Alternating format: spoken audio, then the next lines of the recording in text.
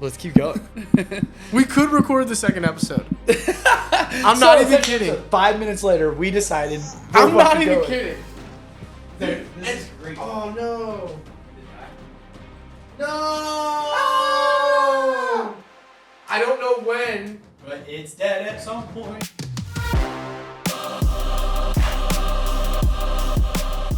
All right, brother. Here goes nothing. Welcome to the blank show. The Nameless Podcast. The Nameless Pod. Yeah, we're on the Nameless Podcast, and we're going to tell you a little bit about the plan. Which we don't know fully. Quite know yet. But we have an idea of what we're trying to do. We're going to tell you about what we're going to cover. We're going to tell you about what we learn along the way, because we are figuring it out as well. We're going to tell you what works, what doesn't work. And we're going to talk about watches, most importantly. And we're going to touch on some business as well and try to tie the two together. Watches, business, pitfalls of trying to figure out how to start a podcast. Right. And which coincides with business. Which coincides with business. There you go. Because it is business, ideally. If it becomes a business, that would be the end goal. That would be the perfect case scenario. As of now, goal. we are losing. We're in the red. Yeah. But that's okay. Red. Yeah. Because it's fun. The whole idea is there's a lot of successful podcasts out there. There's a lot of people that are doing it. Right. Why could we not start a podcast about something that we're passionate about? Exactly. And why could we not do it from ground zero with zero experience at all? Right. And show everyone the entire process? Because I think that would be really cool to look back on a year from now. And that's the plan.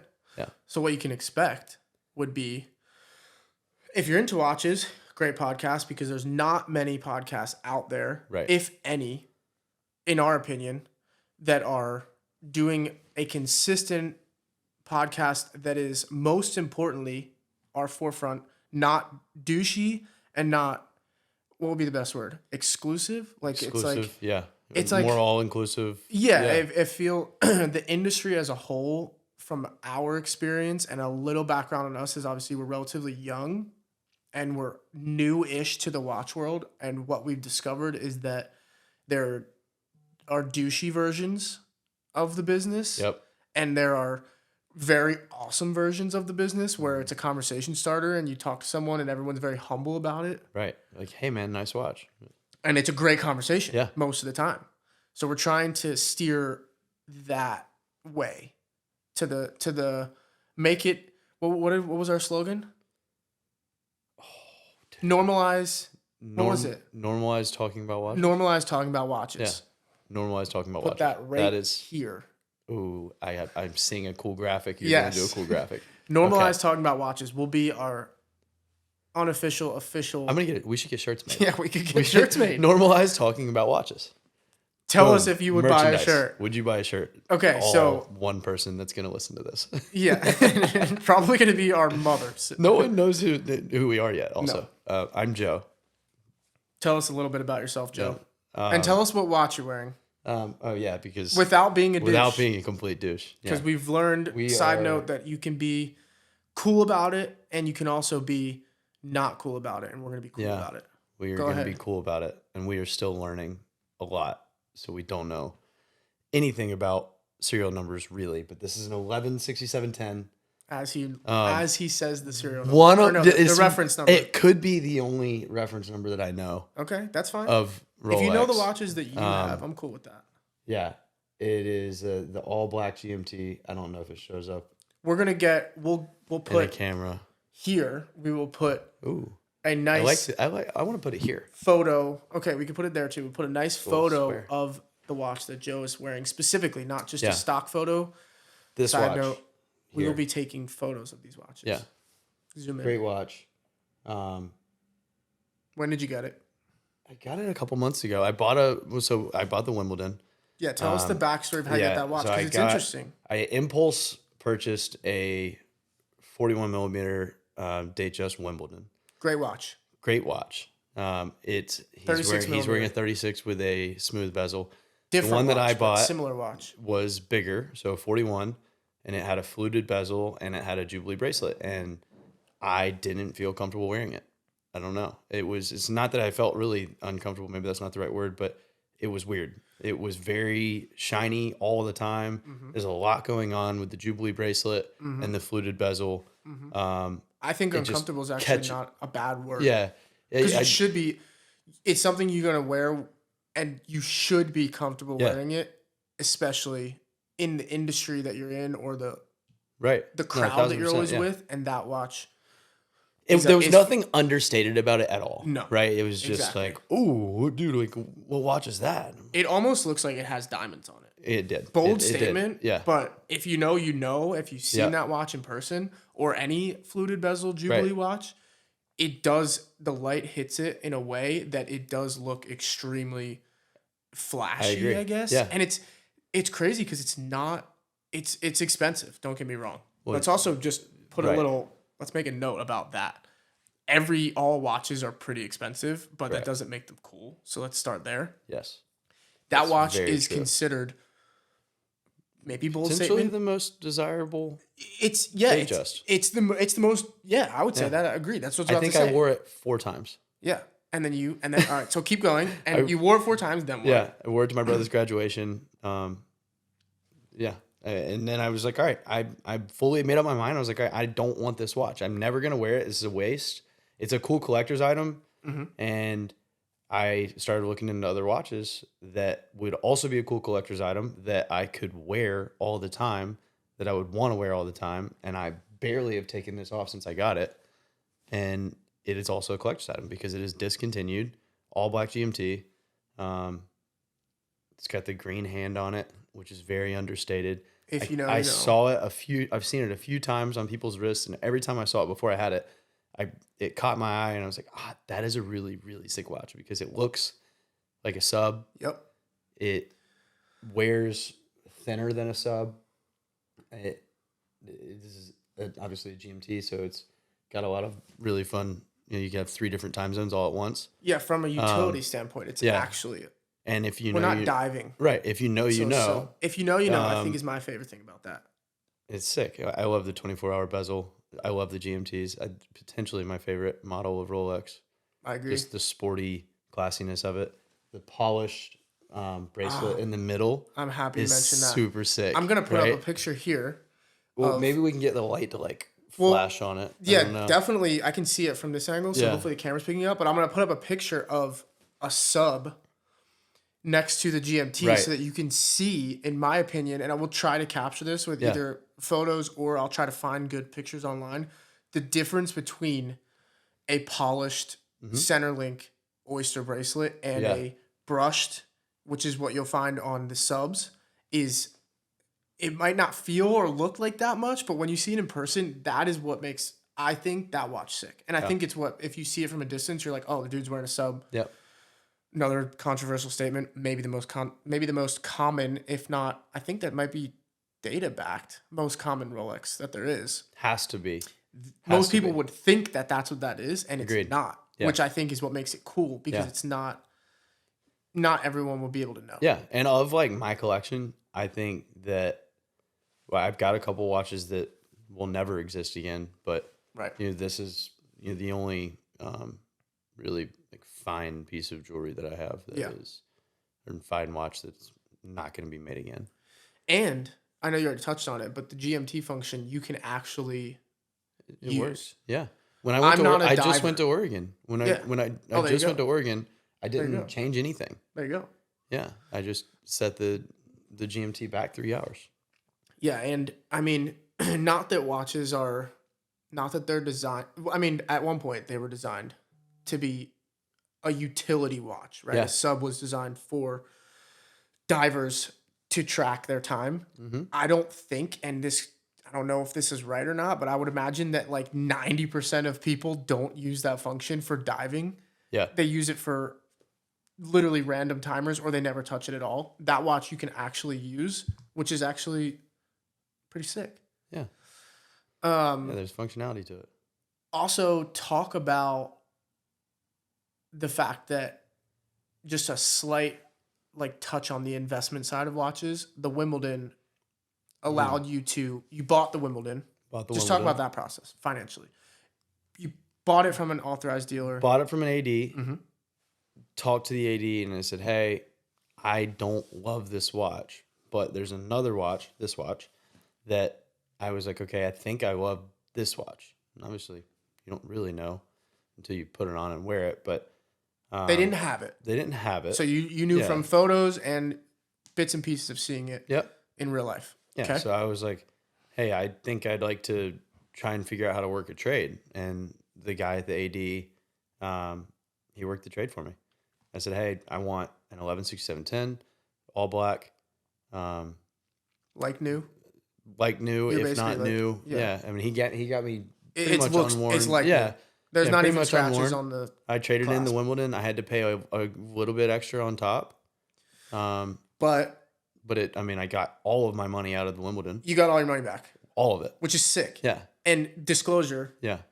You can't do that with most assets. You can't do that with most assets, but the disclosure would be that not all watches, you shouldn't look at them as investments because you have to sell it. Yes. I guess technically, I don't know the actual definition of an investment, but I think that you would have to sell it for it to become an investment. So don't think about that when you're buying it like, oh, it's an investment, but it's good to know. I see them as a store of value. Yeah, that's a better way of putting it. Like you're parking your money in something that you can genuinely use. Like, yeah, I wear a watch every single day. Joe wears a watch every single day. Yep. They get scratches. Yeah. That's inevitable. I don't baby them around. Them. I like the scratches. Yeah, exactly. But what we learned is you can, that scratches are easily fixed. They still hold their value regardless. And you enjoyed it, although it was a short and sweet run. Absolutely. You enjoyed it for, let's call it 4 days of wearing it, and then you got rid of it and didn't lose any money. No. Technically. And side note, the guy that took care of this trade, just relative to wearing watches, we know he has a Daytona. This is crazy. And this is took insane. It to the Daytona track, and he scraped it on the ground and scratched up his Daytona on the Daytona track. So there's a massive gash in his Daytona from Daytona. And he said he'll do it again. And he said he'll go back and do another scratch. And be like, crazy. Basically for the story of this, and obviously he's never going to sell it, so it doesn't matter. Right. Still a wild play. I think he said he got offered like a bunch of money because of that story and of this massive scratch that's on his Daytona. That is the beauty of watches. Yeah. In a nutshell. Yeah. Is that most of the time, well, I don't know about most of the time, a lot of times, there's a good story behind a watch, which we'll get into in future episodes as we go through our personal collections, that you'll see that some of the watches are not the highest price point. Oh, but my favorite watch is probably the cheapest. But they can become the favorite watch for alternative reasons, being the story behind it. So, agreed. A little bit of a crazy play to scratch your watch. Absolutely but insane. Now he can look at it when he's back in where we are, Charleston, South Carolina, by the way, and know that big gash is from an actual race where, if you don't know, they give the winner of that race a Daytona, and it's sponsored. It's literally called the Daytona, whatever. Daytona 500. Yeah. For the record, though, I do think he is a psychopath. Yeah. That's a wild. That's crazy. Yeah. I like it. I respect it. I respect it, Matt. But like, I think you're wild, dude. Also, I'll try to get a picture of the scratch. I think I'll be able to get it, and we'll put it right here. Why do you get all the graphics? Well, they could be technically on your side because I just have to think like, oh, we'll put the graphic here. Just put you point wherever, and I'll put it there. Bing. See, it'd be perfect. Okay, so now that we touched on that, dude, you are wearing. I'll intro myself. A sick watch. Yeah. And that was your first watch. Yeah, I'm gonna move this little guy because I think he's glistening. We need a name. We'll talk about him in a second. Yeah, we briefly. Need a name for him. A little short backstory. This little guy. He's nameless. Is nameless. He's a little French bulldog with sunglasses and a cigar. And I ordered something completely different to hold my watch while I'm working because it's uncomfortable to type on a laptop. And it scratches up the bottom. It scratches up the clasp. Yeah. And obviously we talked about it's not a huge deal, but if you can avoid scratches, you might as well. And I'm always on a computer. So I ordered something. They sent me this one instead, which is a little French bulldog that holds your watch. Do you remember what you ordered? What? Do you remember what it was supposed to be? Yeah, 'Cause it was like completely different. It wasn't even close. I ordered a little butler. Yeah. Which, bing, it's a little butler that's supposed From Amazon. Yeah, it's the same idea as this, but it's a little butler, and he's supposed to hold your watch. I thought that one was funny. This is not it. This is also funny. Long story short, we need a name for this guy, so we're gonna poll the audience for the name. We're gonna poll our 5 viewers. Yes. And as of right now, we're leaning toward Buster. First of all, we started the show with 1 viewer, maybe 2. Now we're up to 5. Now we're at 5, apparently. So I'm pumped. I hope 10 by the time this thing is We all said that we're said and going to done. talk about the growth of our podcast. Yeah. In real time, you're seeing that we've Rapid gained growth. I don't know the percentage, but we've gained 3 viewers. 300% growth. I'm Nick. I am wearing, I'll take it off so I can see it, my favorite watch for one reason. That is my first. This is probably, I'll call this my unofficial, official first watch. Yeah. And I say that because I've had other watches that I would consider, what's the best word? Shitty? Ooh. Yeah, And- that's a good word. And I mean that in the best way of like they were just bad watches, like poorly made, not good, no good story, no good brand name behind. They were just like if you were to go into Nordstrom Rack, or is it where else can you know what I'm talking about? They're not going to be sponsoring us. Yeah, well, Nordstrom Rack off the list. Off the list of potential sponsors. You know what I'm talking about though, like do. the watches that look like they basically You take can the best. go buy a Daytona with a presidential bracelet. Exactly. They take the most popular features of like big name brands. Yeah. They mold them into one. I won't put one on. We won't put one on the screen because we're not going to just trash somebody. Yeah, we're going to get blasted by Nordstrom Rack lovers. Yeah. But you know that they're crappy watches. I used to own a couple of those. I bought this watch in 2020 or 2021, which is interesting. As a little milestone for my business at the time growing. And it is interesting because I did not know much about watches. I knew a little bit. I knew that Rolex was nice, obviously, but I didn't know like about the individual watches. And I went into our local AD, big shout out because they are who we get all of our watches from, Dimitri Jewelers. And at this time, I think it was May of 2021.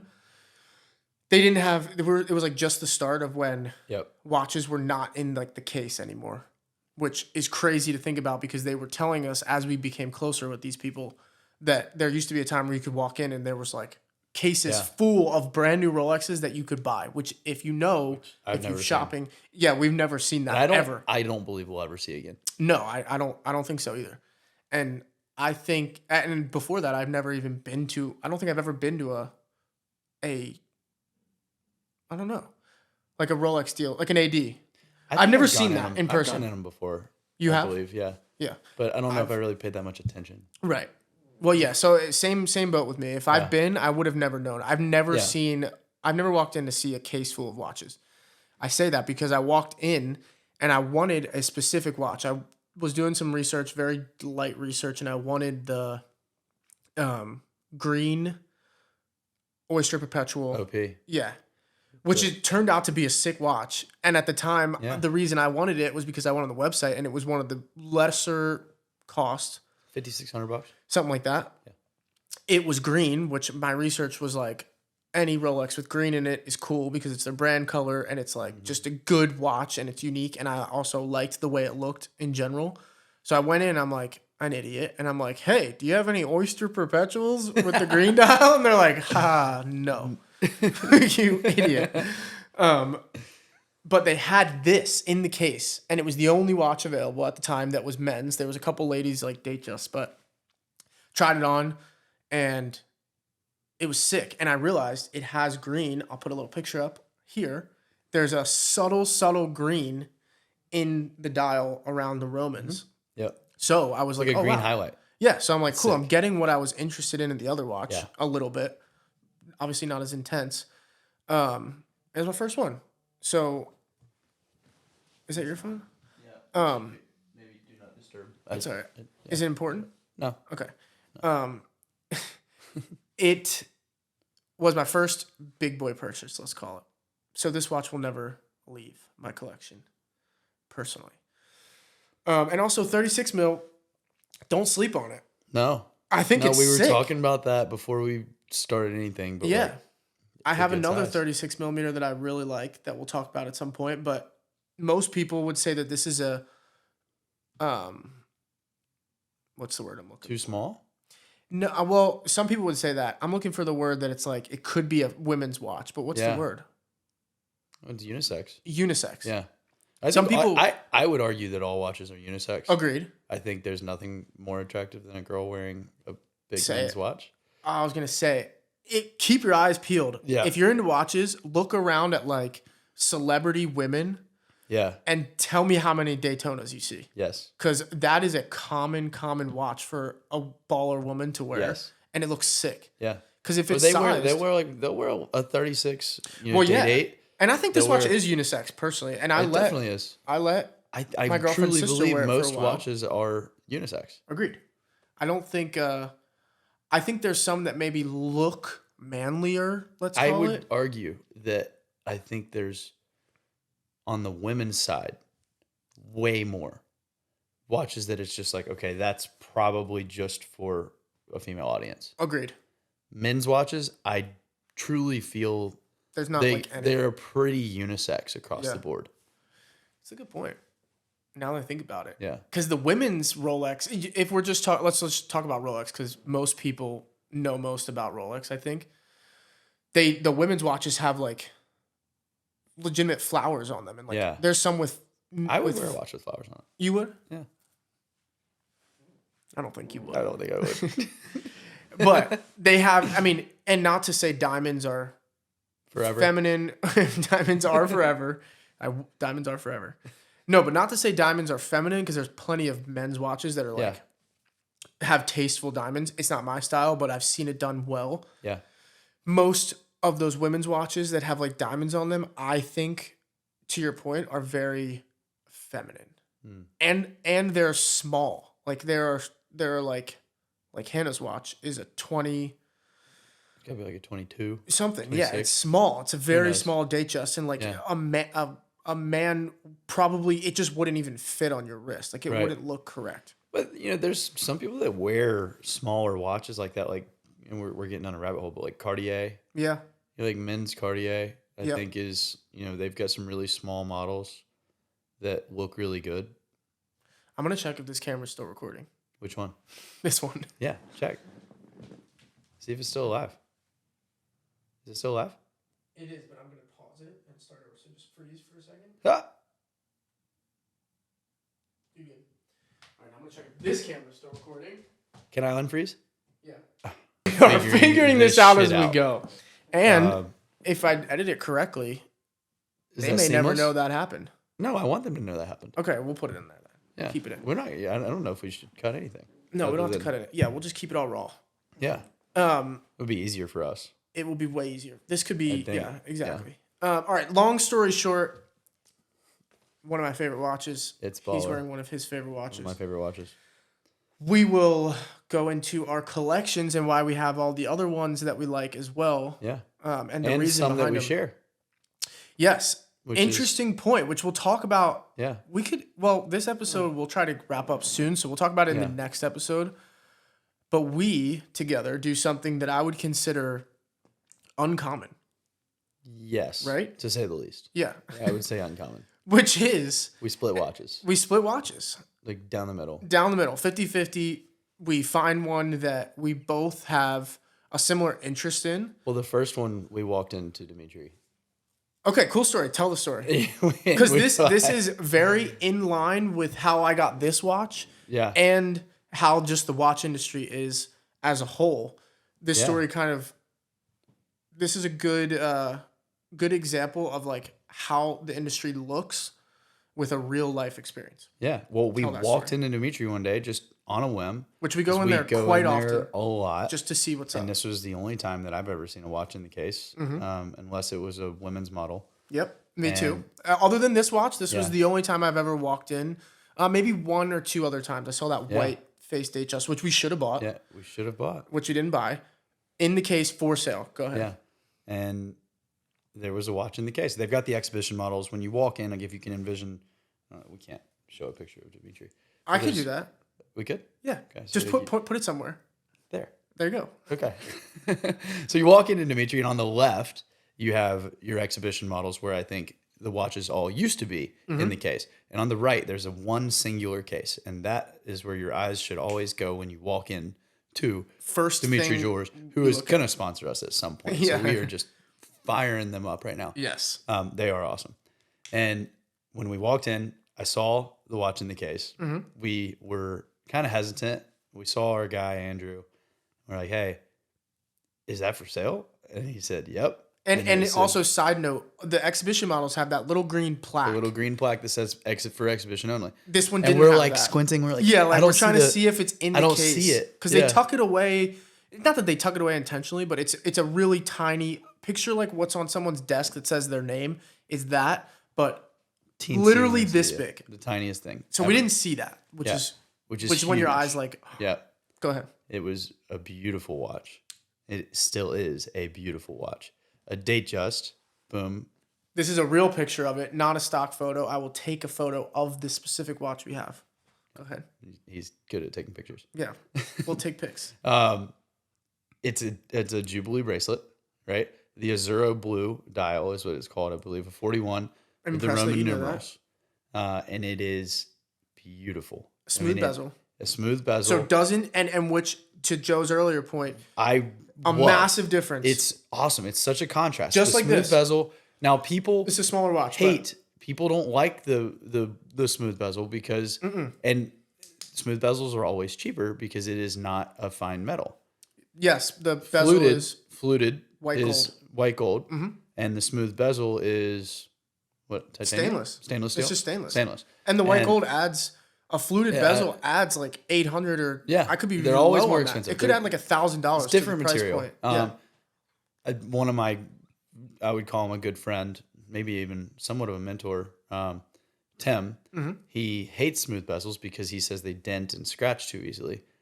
I've never really had. I don't know that I hit the that top many of my issues. I don't think I hit this part. Yeah. I more often than not, I've never really had any issues. Yeah, I'm hitting the side. Also like that. Like if I have a dent on my watch, I'm like, oh, I hope I remember where I got the dent from. Right, and it makes it yours. So anyway, we get in there. He pulls the watch out of the case. I knew we were fucked from the beginning. Oh. Also, fun fact: I didn't really want it necessarily right out of the gates. Keep going. I liked it. It was sick, but I wasn't like in love with it. I wanted it as soon as I saw it, and. Which was, looking back, I'm glad. Because someone would have bought it that day. I looked at him. Yeah, I looked at Nick and I was like, oh, we're getting that. Yeah. I was like, I'm going to get that. And then I'm going to talk you into getting this with me. Was this the first watch that we split? This is the first watch we split. Okay. So I'll jump in as well. We had talked about splitting watches before. Due to the fact that, one, they're expensive, but two, we live close to each other. We both have other watches to wear, so it wouldn't be weird if Joe had it for a week, I wouldn't be naked. Yeah. With no watch. So it seemed like a good idea. And we have a well-guarded facility in North Hanahan. Yeah. Yeah, exactly where it is. North Hanahan. So yeah, go ahead. This was the first watch we split, so this was why it was interesting. Keep going. Yeah, so I bought the watch. And I said, hey, we're getting this. And I was like, I'm going to talk you into this. We walked out that day with the watch. Yep. The sun hits the dial. Mm-hmm. And I think you sent me a Venmo. It was like... I think you sent me a Venmo like right then. It is one of... And this is biased because we see it a lot, but it is the most... What's the best way to put this? It's beautiful. It's beautiful, but what I was going to say is it's the most commented on is the best way to put it, watch that I have. Yeah. It's not the most expensive. It's not the most popular. It was like $8,800. Yeah, which is a lot. That's a lot of money. We know, but in the watch world, that's very affordable for a hell of a watch. Yeah. But it's the most commented on watch that I wear. Most people are like, that watch is beautiful. What is that? Like great with a suit, but you can wear it with a t-shirt as well. I wear it with a blue suit. And I think that's because of the bezel. I think if the bezel's fluted, you only wear it in like a formal or dressy scenario. Agreed. When the bezel is smooth, you can do anything you want to with it. Wear with a t-shirt, I which I do. I'm really slinging smooth bezels here, but Yeah. I just think it's a nice combo. Jubilee with the smooth bezel. Agreed. Boom. Nick's got it on his wrist. And Oyster with a fluted bezel. Great watch. Also good. Also good. I think, and it's weird because Jubilee with the white gold fluted is the most expensive. Yeah. But it's my least favorite. It's just so much going on. So price, to that point, price does not dictate. We're saving you money here. We're saving you about $800. Yeah, maybe more in some scenarios. Yeah. I don't know what. I know that if you were to go on, which we can do this as well. We'll put the Rolex website right here. Boom. Rolex website. I guess the date that, let's call it the least expensive date just, is priced at. And the most expensive is priced at. And the only difference is the bracelet and the bezel, which obviously are important, and that's a lot of the watch, but it's a big price gap for something that I just don't think is that great. I have a side thought here. Okay. And then I want to talk about Johnny or Buster or Bingo or whatever his name is. Yeah. We need help naming him. Yeah. Side thought. We're going to have a massive amount of editing if we keep doing bing, bing, bing, bing. That's easy though. These. I can do that. Like that? Like pretty quick. Yeah. Okay. I'm just thinking. Like side out. I'm a photographer by trade. Yes. And videographer by trade. This is the business that I have. Very baller at it. Little backstory to that. So we're gonna try to make this. Shout out Candid Media. Shout out Cann Media, my first business that failed, but it failed in all the great ways. However you want to take that. I learned so much that it has led me to where I am. But Shout out McKinley Leather. Yes, and Joe's family leather business made that. His mom made that pillow, which is cool. But no, what I was gonna say is the goal of this podcast is not only to do something that we think we're gonna enjoy, which I'm enjoying.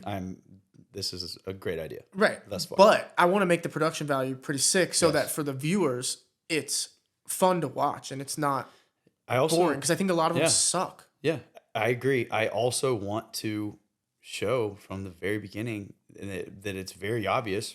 You can feel this. Right. We have no clue what the fuck we're doing. Right. But we're going to figure it out. In a year, hopefully we can look back and all say, like, look at where we are now. We have 50 people listening. Right. Or 5,000 or 10,000. I would love to have 100,000 people listening. Yeah. And I want you guys to be able to follow along with us and learn how to start a podcast. Learn how to get branding deals and sponsorships to help pay for the podcast, because we're gonna try that. Expensive to set up. It is very expensive to set up. And a really big hurdle. What we can do too is we could do a whole episode. Or many. I'm just saying we'll do many. So one, we'll do episodes on updates where this specific podcast is. Yeah. Two, we'll do updates on, or not updates, but we'll do a video specifically on just the cost behind this one, just starting and doing this one episode. Yeah. Because it is not cheap. No. So to do it the way that we want to do it, there are cheap ways to do it, which we've seen, and I refuse to do them that way just because of the industry that I'm in. I don't want to do the cheap ones, but we'll talk about how much it costs, and like if people want to start one, we're going to be a great resource, because we literally did it with, I would say I had 5% knowledge. 100% being an expert on podcasting. I think I had 5% knowledge because I've been on one podcast before. Yeah. So I've seen how it works. So you're more well-versed than the average person. I'm more but still no clue. Exactly. I'm more well-versed than someone who has never done it before. Yeah. But I'm let's call it one notch above that. Like we've learned very many things already. Like you cannot touch this thing. Yeah. Right here. You can touch it and show them why. Yep. You hear that? Can't do that. You cannot hear this. In the normal world, you can't hear that. Yeah. Like I am just lightly touching it's pin drop quiet in here. And it is going nuts. But you can hear it. Audio-wise, you guys hear it. And I bet that can be fixed. But if we know how to do it. I don't know how right now. So we'll figure it out. We'll figure that out. We'll also figure out a name for the pod. Name for the podcast. As of right now, it's Normalize Talking About Watches. We have no clue what we're doing. ? Honestly, I don't know, and maybe we'll do some research. I don't know what a length, if there's a length requirement, because like Normalize Talking About Watches is clearly a sentence, Yes. but it's not a bad name. I mean, I kind of like it. I kind of like We could it. have merch. We could have merch. Normalize talking about watches. We could have merch. We can just greenlight the merch Yeah. just for us, just for the time being. Yeah. What? Go ahead. What watches is Johnny holding? Okay. Buster or I think I'm gonna let you Bingo. talk about this. Bingo? Oh, Buster. So that. I don't know if the camera's gonna focus in on this. Let's do the thing. Boom. Here, yeah, I'm gonna put Here it back is, on right Buster. here. Put it back on Buster. That is a Speedmaster 38. It's sick. I saw the watch online one day randomly, and I was like, "Oh, that's sick." I went into Dimitri, and I Where said, were "Hey." Where were we looking though? I was on. Were you on Omega's website? I was on Anthony Farrar's website. Okay. Oh, And- right. Yeah, and so then I went into Dimitri and I said, "Hey, is this a good price for this watch?" And they said, "Hey, we can get. Maybe we could talk more about really what the full conversation was there, Right. another time." But Matt was like, "Yeah, I can. I can get you that watch." And then Andrew says, "Dude, you can get it brand new. Let me just order it for you from Omega." They are an authorized They're an authorized Omega dealer Yeah. also. And so he ordered it for me from Omega. I waited. How long was that? Like A year? long time. It was like a year. And it was supposed to be, and this is not at fault of Dimitri, so let's just disclose that. Yeah, it was just. It was supposed to be a weird thing. quicker deal, and Yeah, it was that's supposed to be and like it was. a This is a 2-week relatively. How much was this watch? If you don't mind sharing with the world. 40. They're gonna be able to figure it $5,100 out. bucks. $5,100. Okay, so $5,100 is less than It's sick too. It's the closest Any thing you're gonna Rolex. get to like the Platinum Daytona. yes, which or the platinum Platinum. platinum Daytona, which is correct me if I'm wrong. It's my favorite watch. Yeah. Boom. Sick watch. Yeah. Extremely expensive. It is. Almost impossible to get unless you want to pay aftermarket. 20 or- right now, I think. 125. If you want to pay like I gray don't market have pricing, that. it's absurdly expensive. But it's sick. And this watch, the It's got color, an ice dial. It's actually called the ice dial. the color of this blue. It's got a navy blue or I don't know what you would call that. I would Sapphire blue. Yeah, I would call it. A sapphire blue bezel, but Yeah. it's also He matches Buster. it matches Buster. Honestly, we we are just- really sold on the Buster name, huh? Yeah, well, it's just an easy I one. think it fits. Yeah. Maybe he's Buster now. Yeah, he could be Buster. So sorry, I interrupted. Back to where you're at. You go into them. He was going to buy it off of a potential rando. They told me not to let's do call it. They said we can get it brand new for you. Mm-hmm. Fine. And so I did that. Waited a really long time for it. Let's call it a year. Called a year. I think it was around a year. Yeah. Kind of lost a little bit of the enamor there, but it's a sick watch. Mm-hmm. But when it came in, I mean, talk about men's watches that could be unisex. I don't even know if that's a men's watch to begin with. I don't know either. There's a lot of variations of the Speedy. It's so very, I don't know. very cool. I love the watch. I love it's got a polished center links. I'm gonna put It's a butterfly clasp. put detail photos up here while Joe's talking Yeah. of all of the cool things because the case back, which you can't see, is also sick. It's the Speedmaster. Yeah, it's really cool. It is I'll the take photos Speedmaster. and we'll put it all Yeah. on there. The box has the Speedmaster on it on the button. Mm-hmm. It's the beautiful Omega does a really great job with their boxes. Boxes are sick. Yeah, Some of the best boxes in So, my experience of watch boxes. Beautiful natural wood. And what drew me to the watch was the eye style. But there's something about the bezel, like the sapphire blue on the outside. There's also some stainless that's mixed in. Like it's not quite the full bezel. If it was the full bezel, it would be thicker. I think I would like it 10x more. It's interesting. But there's you a say weird that. edge around it There is a weird edge around it. that I think bothers me a touch. It makes the dial feel smaller than it already is. It's already a 38. I have decent sized wrists, so like the 38's a little small anyway. I wear smaller watches, but that one, for some reason, when I put it on, I wasn't in love with it. I still liked it. I got it. And then now I am getting rid of it.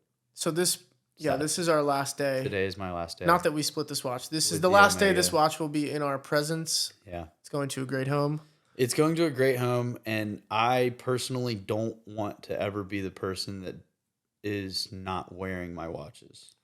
And I don't wear that watch. And that was why I got rid of the Wimbledon, Retweet. because while the Wimbledon was a good investment, if you want to say. And a lot of people would say, sick watch. They probably would look at you like, right. What the hell, dude? You got a Wimbledon at retail and you got rid of it? Right. There's a reason. But I didn't wear it. Right. It's collectible. It wasn't wearable for me. Mm-hmm. I like both. This is collectible and wearable. And I love it for that. You literally just took the words out of my mouth. You said something great about you liked it, but you didn't love it. Yeah. And that's so important because these are not cheap.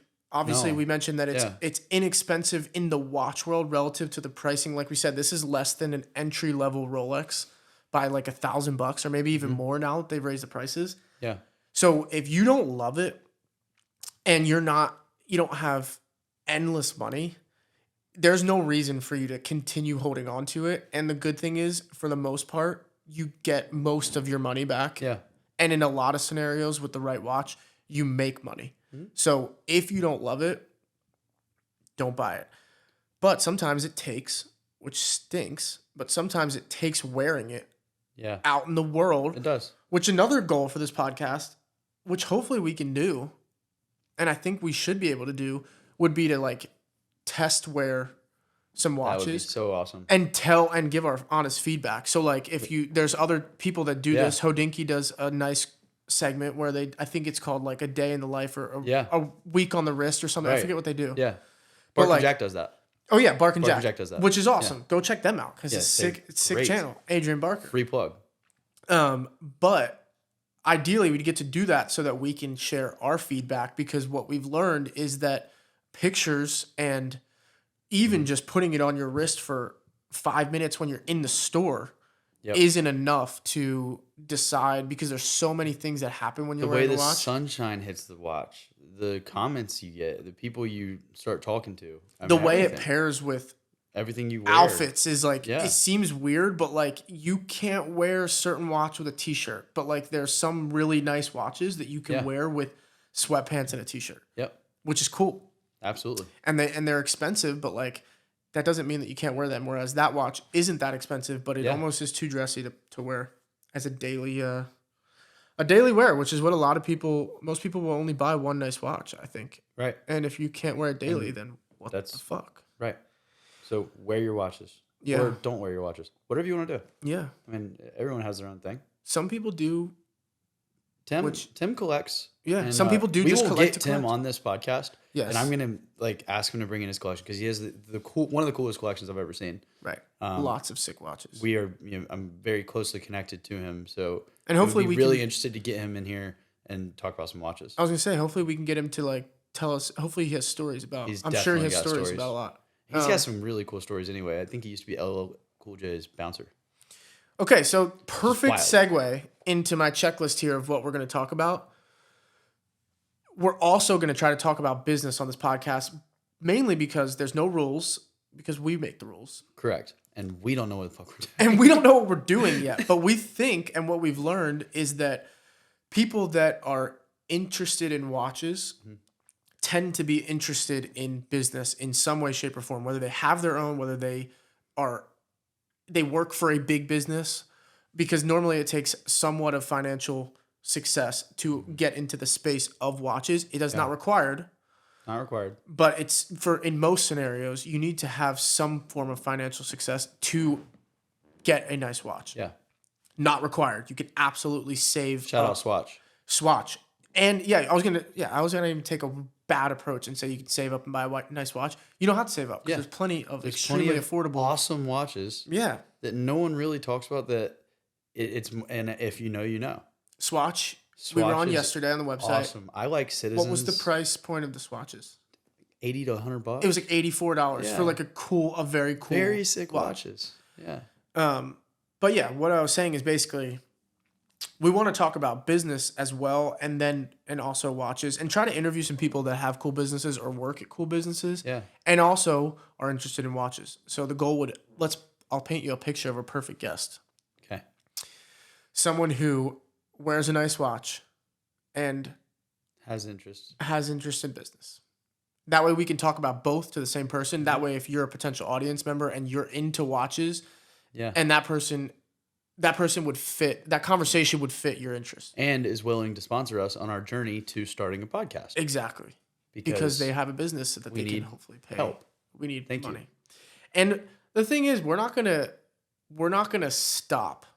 No. We both make money in other avenues, so this is not right now. Yeah. Which it would be sick if this was a full-time job, because I'm comfy. Yeah. This would be great to do all day. Yes. I love my job, but yeah. We're not going to stop doing this if we're not getting paid. No. But one of the goals will be to get paid. And we're going to show you how to do it. Yes. And we'll show you the ins and prove outs. to you that you can do anything you want to do. Yes. And you don't have to see it as a fairy tale. It's not just a dream. Yeah, I think that's a good way of putting it. Also a good segue into potential wrapping it up. But that's another main goal, would be to show you the behind the scenes of two people that are not in this industry at all. Yeah. That being watches or podcasts. Right. We'll tell you all the ins and outs of how it goes. I mean, it could flop. Perfect goal or perfect world for me. I mean, even if it does flop, like, I want you to see us fail. Yeah. Right. But I want you to see everything from the beginning. Yep. Like, and you're seeing it. This is episode 1. With zero planning. Basically. We have zero planning. We're babbling. Yeah. I love it. This is great. We've done pretty good. We are going to show you either how to build a podcast or just follow along and be like, okay, they failed. Don't do that. Yeah. But then we're going to keep going and we're going to figure it out. It'll work. Like, we will figure this out. Yeah, it'll work. And everything works if you just keep trying. If you don't, what is it? Alex Ramosi, he says, I cannot lose if I do not quit. I cannot lose if I do not quit. Great quote. I cannot lose if I do not quit. Facts. And that's what we're going to do. Boom. We're going to normalize talking about watches. I like it. On my shirt. I think we'll have to check. I think what we'll have to do is do some research and see if that's too long. Right. Because like if they're basically, I'm picturing like a preview, like a YouTube, let's say like this is going to be on YouTube. If you're watching it, you're watching it on YouTube. Ideally, you're watching us on YouTube. You can see my beautiful mustache, which is not usually here. It is. So 11th. Yeah, 11 days in. Yeah. See if I make it. But no, the goal would be to see if it fits on like a preview. So like if the YouTube, let's say if the title of the episode is there, I don't want it to say normalize talking about ... because it doesn't, it's too long and they like abbreviate it. But our first YouTube video is going to say we started a podcast ... Oh yeah, clickbait for sure. Yeah, we'll have to clickbait it. That's the Mr. Beast method. Yeah. But I just want to make sure it's not too long because I really do like it and I don't want to go down the cheesy route that some people take. It ain't easy being cheesy. Exactly. And it's easy coming up with that name, so we already came up with it. All right, so... That could just be our mantra. Yeah. What? Which one? Normalize talking about watches. Yeah. That's our mantra. We can figure out another name. Okay. Unless our 15 viewers... We are growing at a rate that is unless our 15 viewers want that to be our name. And then if you guys want that to be our name, then that's what we'll make our name. But it's, we've grown 1,500%. Is that the math? Since, from 0 to 15 would probably be that. Yeah. All right. I think so. Yeah. All right. I'm not great at math. I'm decent at math. 9 plus 10 is 21. That's all I know. On that note, we're going to wrap it up. And you guys have just witnessed the first attempt. Also, if you're distracted by me looking at the screen, I'm trying to sound engineer this podcast and watching the I'm going to screenshot what this looks like and I'm going to put it here so you can see. I'm trying to just make sure it doesn't stop recording. I have the blessing of looking at the mic, but also looking at the audio board. He's got the soundboard there, and it's in my eyesight. I have trouble looking at the camera. I'm going to get better at that. It's just kind of, I feel awkward. And we don't have to look at the camera. That's what's good. And we may move the cameras around. Yeah. I've never thought about what I look like on camera until like now.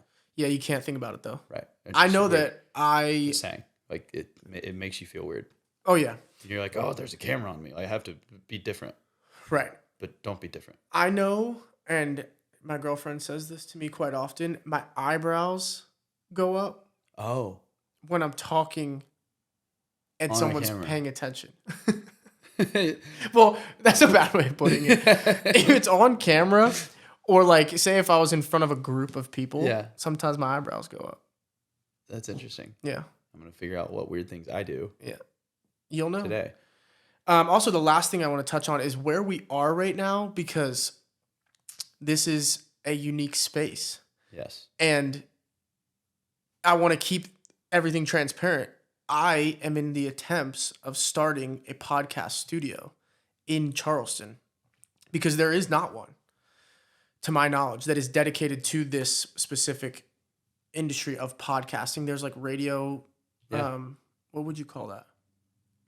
Radio show. Like a radio, yeah, but what? I guess a radio show studio where you can go in and technically like use their sound rooms, but like it's not it's not for podcasts. So that is this space. So to be transparent, this was a risk financially to get a space to try to have somewhere for us to do this. And like, maybe I'll put a picture up here as well of what this looks like right now with the lights and the microphone. And what we'll talk about maybe on the next episode is like the process of doing this, because we want it to be open. Well done And open. Yeah, and we want it to be transparent. Like, I want people to know that this is the route that we took. It's not the only route.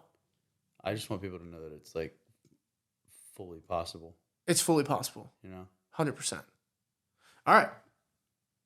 You want to end it? Thank you for listening. Yeah. To us. If you've made it this far. Yeah, if you made it this far. Holy shit. I love you. So thank you. We could be just talking to our moms right now. 17 people. Yeah. 17. We're going up again. We are growing. We are growing. All 20 of you listening, thank you. We love you. And we will be back soon to talk more about watches, because we're normalizing that, and maybe some business stuff. And we're going to show you how to start a podcast. And here is our unofficial outro Logo. music and logo. Oh, we have to get music. We haven't even picked a song yet, but we're going to put one right here that we found probably in the next 10 minutes after we stop recording. So I'm going to go through. Love this. And we're going to put it here. Yes. Starting now. Boom. Mic drop.